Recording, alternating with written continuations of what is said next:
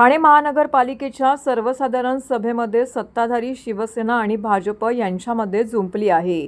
मात्र यामुळे विकासकामे खोळंबली असून जनता यात भरडली जाते. महासभेत सत्ताधाऱ्यांनी केलेल्या गोंधळाचा निषेध करण्यासाठी ठाणे काँग्रेसच्या वतीने पालिका मुख्यालयासमोर शहर अध्यक्ष विक्रांत चव्हाण यांच्या नेतृत्वाखाली निदर्शने करण्यात आली. मागील आठवड्यात झालेल्या ठाणे महानगरपालिकेच्या सर्वसाधारण सभेमध्ये सत्ताधारी शिवसेना आणि भाजप यांच्यामध्ये चकमक उडून महासभा आटोपण्यात आली. तब्बल 3 वर्षांनी ठाणे महानगरपालिकेचे सभागृह अस्तित्वात आले. प्रशासकीय कारकिर्दीमध्ये सर्वसामान्य ठाणेकरांची कामं खोळंबली होती असा लोकप्रतिनिधींचा आरोप होता. मात्र आता सभागृह स्थापन झाल्यानंतर लोकांची कामं करण्याचं सोडून प्रश्नांवर चर्चा करायची सोडून शिवसेना भाजप हे भांडण्याचं नाटक करत 5 मिनिटात विषय मंजूर करत असल्याची टीका विक्रांत चव्हाण यांनी केली आहे. सत्ताधाऱ्यांच्या खेळीमुळे नवीन नगरसेवकांना चर्चा करता येत नाही, आपल्या प्रभागातील विषय मांडता येत नाहीत. आज स्थायी समिती, विशेष समिती, प्रभाग समित्या अजून स्थापन झालेल्या नाहीत. त्यामुळे पुन्हा अशाच प्रकारे भोंगळ कारभार सुरू असून विकासकाला खीळ बसली आहे. याच कारणांमुळे आज काँग्रेसने हिंदी चीनी भाई भाई, भाजप शिवसेना मिलके खाई अशा घोषणा देत आंदोलन केल्याची माहिती विक्रांत चव्हाण यांनी दिलेली आहे. आंदोलनानंतर विक्रांत चव्हाण यांच्या नेतृत्वाखाली शिष्टमंडळाने पालिका आयुक्त, अतिरिक्त आयुक्त रोडे यांना निवेदन दिले. सभागृहात घाईघाईने मंजूर केलेल्या विषयांमध्ये त्रुटी असल्याने सखोल अभ्यास करून पुन्हा ते विषय महासभेत आणावेत किंवा ते विखंडित करण्यासाठी शासनाकडे पाठवावेत अशी मागणी निवेदनामध्ये केल्याची माहिती विक्रांत चव्हाण यांनी दिलेली आहे. शिष्टमंडळामध्ये भालचंद्र महाडिक, निशिकांत कोळी, शैलेश खरत, उमेश कांबळे, वैशाली भोसले, स्वप्नील कोळी, सर्व ब्लॉक अध्यक्ष आणि कार्यकर्ते उपस्थित होते. या सत्ताधाऱ्यांचं करायचं काय? या सत्ताधाऱ्यांचं करायचं काय? कोणाचा? हिंदी चीनी भाई भाई, हिंदी चीनी भाई भाई, या सत्ताधाऱ्यांचं करायचं काय? अरे या सत्ताधाऱ्यांचं करायचं काय? 29 फेब्रुवारी 1988 मध्ये ही नियमावली मंजूर झालेली आहे, कामकाज नियमावली.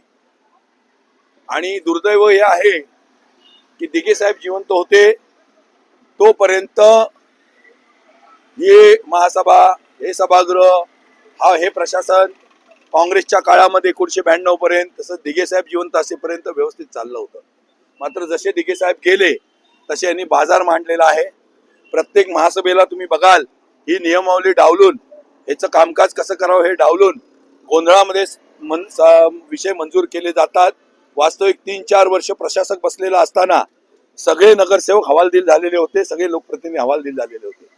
आणि आता 2025 साली 26 साली ही महासभा स्थापन झाल्यानंतर, महापालिका स्थापन झाल्यानंतर यांना जनतेची चाड नाही. जनतेचे अनेक प्रश्न प्रशासकाच्या काळामध्ये प्रलंबित होते. वास्तविक महासभा स्थापन झाल्यानंतर, महापालिका स्थापन झाल्यानंतर जे जनतेचे प्रश्न आहेत रस्त्यावरती उतरून सभागृहात चर्चा करून त्या जे योग्य विषय आहेत ते मंजूर करून, जे अयोग्य विषय आहेत ते नामंजूर करून यांनी प्रशासनावरती चाप बसवायला पाहिजे होता. याने जी लोकांची आतापर्यंतची जी उणी आहेत ती भरून काढायला पाहिजे होती. लोक हवालदिल आहेत. घोडबंदरला तुम्ही बघाल तर दिवस रात्र वीज जाते, रस्ते खोदून ठेवलेले आहेत. प्रकाशबाई आहे इकडे, दिवस रात्र वीज खोदून जाते रस्ते, विजांचे खांब किंवा त्या वीज हे वाहिनी ट्रान्सफर करायला यांच्याकडे पैसे नाहीत. पावसाळा तोंडावरती आलेला आहे. तुम्ही बघाल की स्टेडियम मुंबऱ्याचं किंवा ठाण्याचं स्टेडियम हे महापालिकेचं आहे, परंतु असे विषय आणलेले आहेत की त्या हायवे खालचा जो भाग आहे तो MMRDAचा आहे, हायवेचा आहे. आणि तिथे महापालिका खर्च करते आणि महापालिकेने भाड्याने देण्यासाठी तो विषय, वास्तविक हा अधिकार महापालिकेला नाही. स्टेडियम महापालिकेचा आहे, मुंबऱ्याचं स्टेडियम महापालिकेचं आहे, शरद पवार स्टेडियम महापालिकेचं आहे. पण त्याच अनुषंगाने तो विषय त्यांनी आणला. म्हणजे असे विषय घेतलेले आहेत. मुंबऱ्याचा घनकचऱ्याचा विषय तुम्ही बघाल तर तो मुख्यमंत्री देवेंद्र फडणवीस यांचे जवळचे सहकारी प्रसाद लाड यांच्या कंपनीचा विषय आहे. तो जाणीवपूर्वक शिवसेनेने तहकूब करून ठेवलाय. वास्तविक त्या विषयात सुद्धा अनेक उणिवा आहेत, अनेक भ्रष्टाचाराचे मुद्दे आहेत. बरेच मुद्दे त्या सभागृहातील विषयांमध्ये होते आणि त्या विषयांवरती नवीन आलेले नगरसेवक, नवीन आलेल्या मुली, शिकलेले नगरसेवक नवीन आलेले यांना चर्चा करायची होती आणि यांना चर्चा करता येऊ नये, हे विषय रेटून न्यावे म्हणून हा गोंधळ घालण्यात आला. संध्याकाळपर्यंत ही चालवण्यात आली. ही महासभा लक्षवेधीच्या नावाने आणि संध्याकाळी 6 वाजता मंजूर केले. त्याच्या पलीकडे जाऊन जनगण जबरदस्ती म्हणलं गेलं. तुम्ही बघाल कालच्या विषयपत्रिकेमध्ये 5 तारखेच्या आयत्या वेळेचे विषय मागच्या महासभेत घेतलेले होते. ते विषय जर तुम्ही बघाल तर मस्के साहेबांनी 9 कोटी रुपयाची तरतूद केलेली, 9 कोटी रुपये मस्के साहेबांनी शिफारस केली म्हणून 9 कोटी रुपयांची तरतूद. विविध स्थापत्य कामांचा पत्ता नाही, स्थापत्य कामांचे एस्टिमेट्स बनवलेले नाही. केवळ नुसतं आयत्या वेळेचे विषय घेऊन असे गंडवायला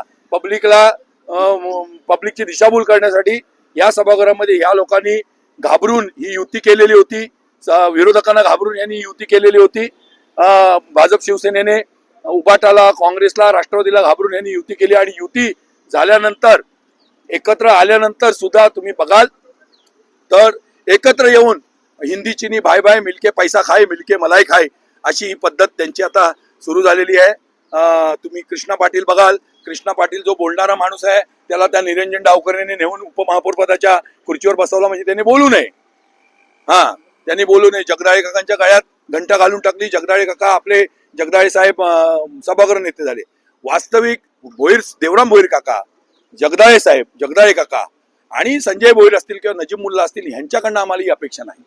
कमीत कमी हे सिनियर नगरसेवक आहेत, माझ्यापेक्षा सिनियर नगरसेवक आहेत. यांनी वास्तविक इथे सभागृहामध्ये समतोल साधून, पिंपळकर ताई आमची शर्मिला, ही रोहितची बायको, ही सुद्धा 2दा नगरसेवक झालेले आहे, पवन कदम 4दा झालेले.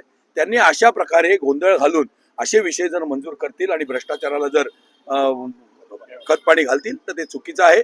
काँग्रेस जरी आज सभागृहात नसली तरी ज्या ज्या वेळेस सत्ताधारी चुका करतील तेव्हा काँग्रेस रस्त्यावरती उतरून हा दबाव कायम ठेवणार. काँग्रेस यांच्यावरती पुढच्या महासभेमध्ये आतच बसून राहणार सगळे काँग्रेसचे कार्यकर्ते.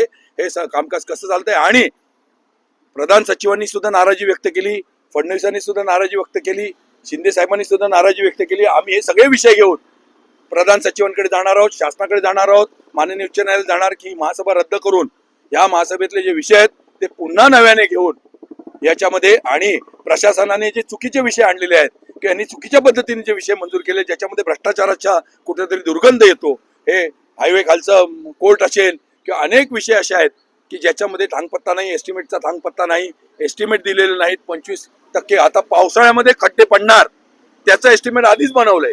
आता पावसाळ्यामध्ये 25 लाखाचे खड्डे पडणार की 1 कोटीचे खड्डे पडणार. यांना म्हणजे ही एक फार्स आहे. ही महापालिका आधीच लुटून खाल्लेली आहे लोकांनी आणि आता उरलं सुरलं पण ओरबडायला निघालेत. लोकांची देणी बाकी आहेत. ही नियमावली मंजूर असताना ह्या नियमावलीप्रमाणे जर कामकाज चालत नसेल तर 100% जनहिताच्या मार्गातून आणि आंदोलनाच्या मार्गातून आम्ही ही महापालिका बरखास्त करण्याच्या दृष्टिकोनातून पावलं उचलणार.